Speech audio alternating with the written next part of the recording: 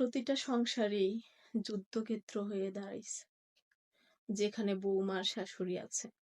বৌমা লাগে শাশুড়ির সাথে, শাশুড়ি লাগে বৌমার সাথে।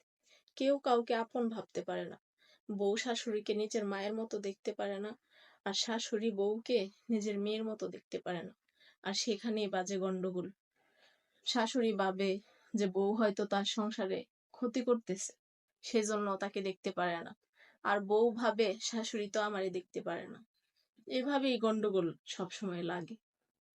শাশুড়ি হয়তো ভুলে যায় যে উনিও একদিন বউ ছিলেন, আর বউ ভুলে যায় যে সেও একদিন শাশুড়ি হবে। এই কথাগুলা যদি সবার মাথায় থাকতো তাহলে গন্ডগোলই হইতো না। অনেক ফ্যামিলিতে দেখছি যে বর্তমানে এখন যে শাশুড়ি আছে, উনি ওনার শাশুড়িকে অনেক বিরক্ত করছে। ওনার শাশুড়ি মারা গেছে, অনেক বিরক্ত করছেন।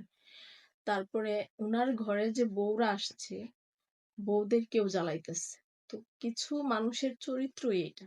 সব শাশুড়ি সব বউরা যে খারাপ হয় তেমন না। কিছু কিছু মানুষের চারিত্রিক সমস্যাই হচ্ছে এটা। মানে তারা যদি কারোর সাথে ঝগড়া না করে তাহলে পেটের ভাত হজম হয় না। বাস্তব জীবনটা আসলেই খুব কষ্টের, খুব কঠিন।